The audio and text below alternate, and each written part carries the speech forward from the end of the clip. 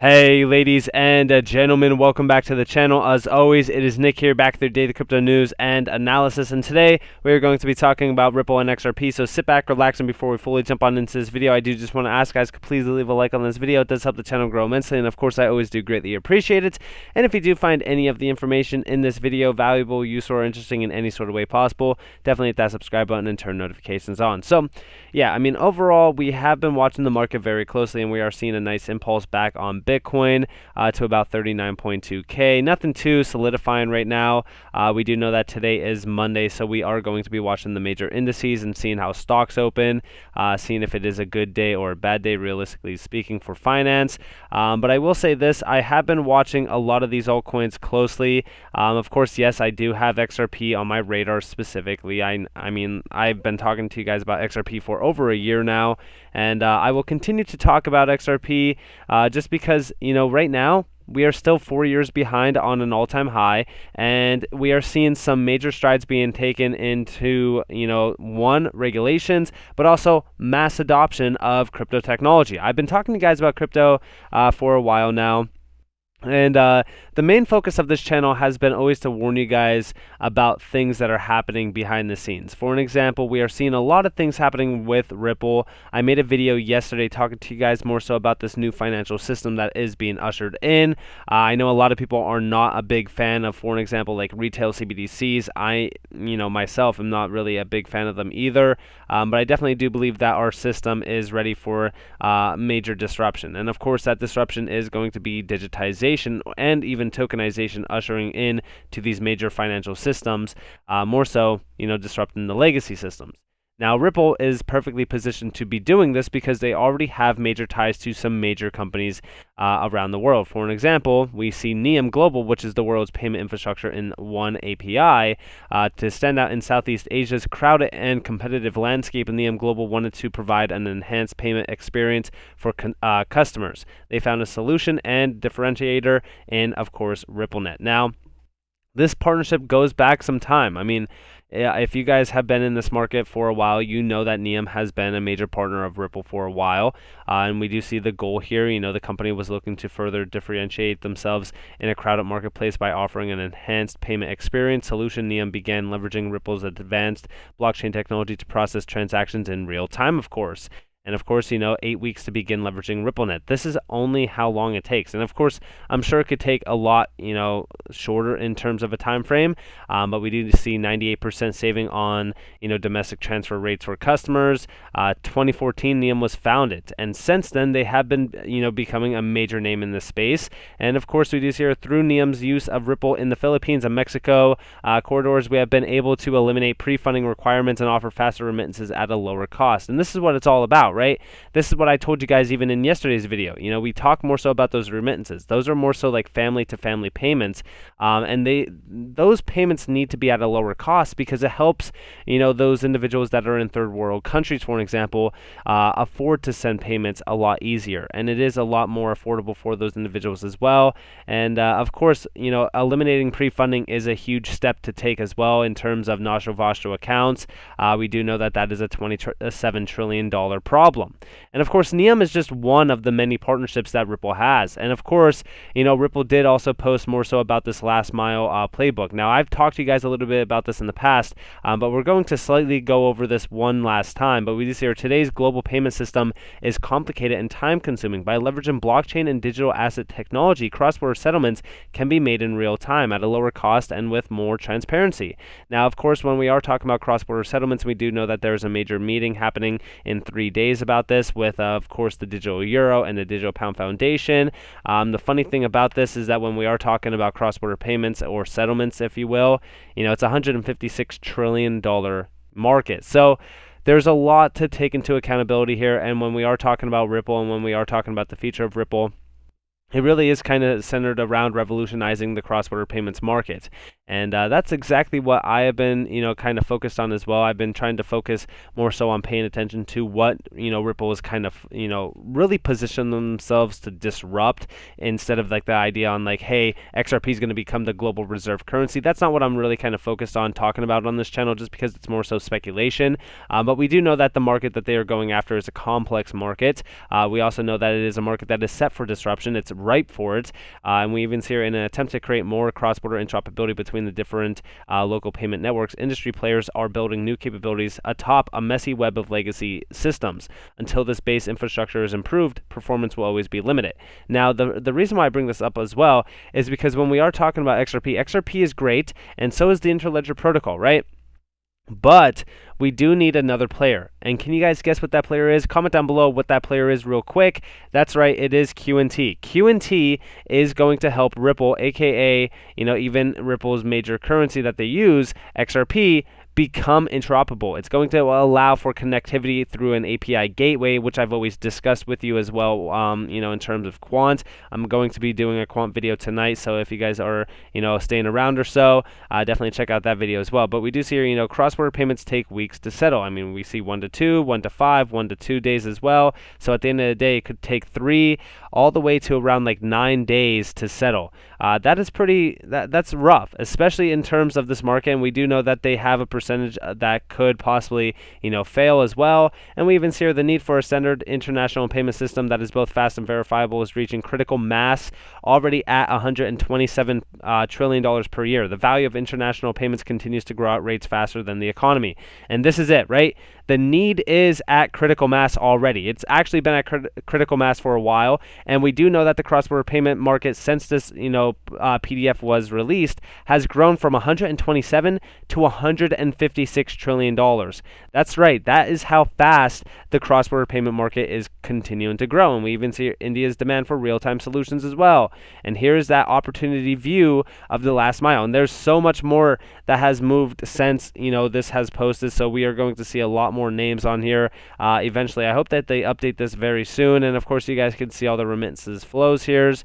There's a ton of money. I mean, there's a ton of money that is set for disruption. Now, all of this is not going to happen without, of course, regulations, but I will say this: things are already happening behind the scenes around the world. When we are talking about the US, we do know that a lot of players around the world actually do not even care what the US does or says in terms of regulations or their standpoints on things like XRP. But we do see Ripple partners with Digital Euro Association to work on CBDCs.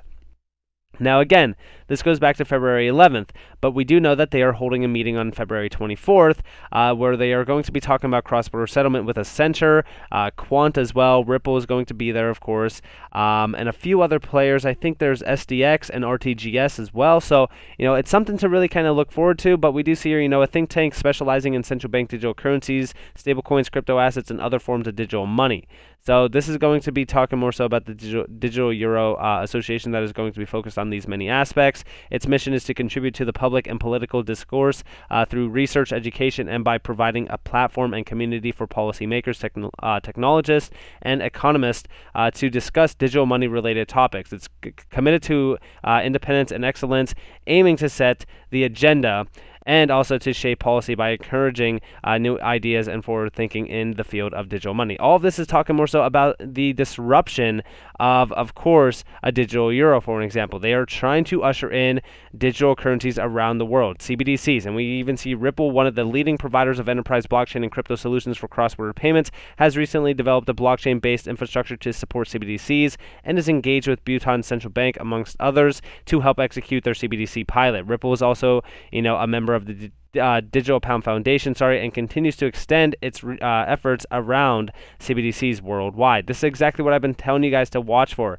I mean, we do know that Ripple has major, and I say major strides already in this market, so it's going to be one of the main players here. And we even see here, Ripple said that more than 80% of the world's central banks are actively exploring some form of sovereign-backed cryptocurrency, and ledgers come in hand for this, especially when we are talking about private ledgers as well. Interoperability, the ability for a private ledger to connect with today's existing global financial infrastructure, as well as other CBDCs and other digital currencies, will be critical. And that is exactly why I always say, interoperability with QNT and stuff is pretty key. And that's exactly why I do believe that QNT is going to be working with, of course, CBDCs, or not CBDCs, but with Ripple on a lot of their major use cases. But of course, we do know Interledger Protocol does allow for, of course, interoperability to be achieved as well.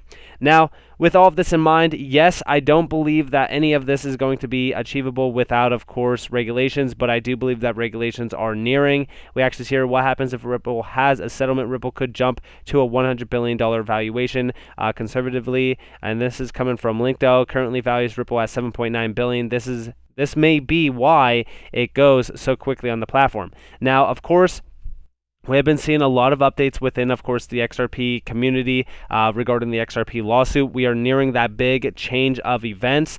I definitely do believe that regulations and a settlement are on their way in 2022, and that's going to be the major transition in this market to, a major disruptive. I would say it's a catalyst event, basically. But listen closely to this video and listen closely to what they are talking about. What do you expect to happen once the case gets settled? Do you think they're going to go public right away? How do you think it plays out? I would assume that part of the settlement, if there is a settlement, part of the settlement would be at least informal discussions that within 6 months that there's there's gonna be no issue with Ripple going public. I think it's going to be very fast. Certainly within a year. I wouldn't be surprised if they go public within 6 months of clarity or settlement. Gotcha. Wow, that would be great. And I think, think about it. I know I'm not a spokesperson for Link2 or anything, but I think that on your guys' platform, you have them valued at what? Like 7.9. 7, 8, something like that? Yeah, 7.9. And the current valuation out there is what, Ray? 15 billion? 15 billion. All right, so you guys have them valued at half, but I always look at it like, all right, if there's 53 billion XRP and let's say the fair value of XRP is $2, just pick a conservative number, right? $2. Well, that gives you over 100 billion,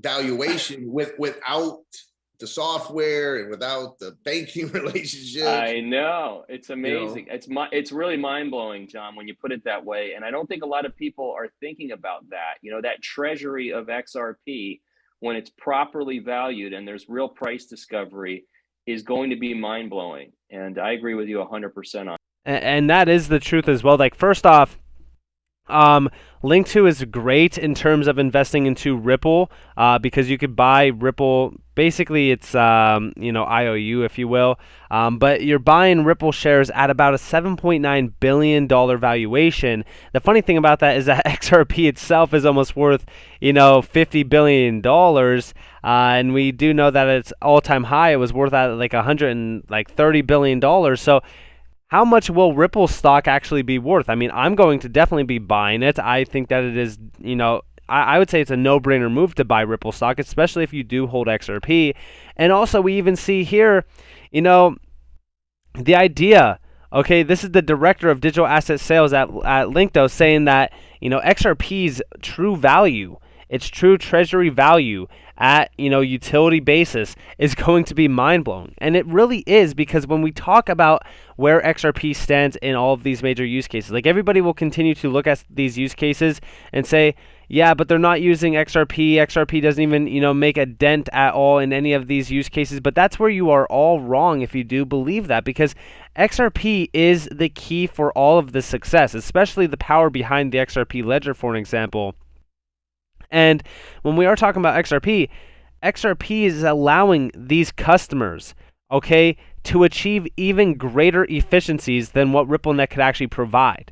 That is exactly why I've always said, if you are a customer on RippleNet, the idea of having that choice to use or not use XRP is kind of useless, because you're going to be utilizing XRP. Because it gives you better efficiencies. It allows you to save more money. It allows you to send things faster, settle things faster as well.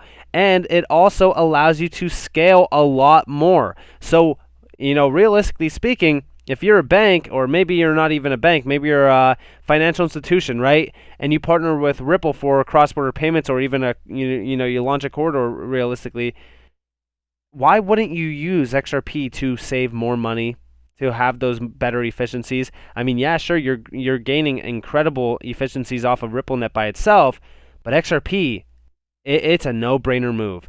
So with all of that in mind, I really do hope that you guys enjoyed this video. If you guys did, definitely leave a like, subscribe, to notifications on if you guys want more free content. You guys are more than welcome to follow me on Twitter and join the free Discord down in the description below. As always, I hope that you all have a beautiful day or a beautiful night wherever you guys are in this beautiful world. This has been Nick. Peace out, guys.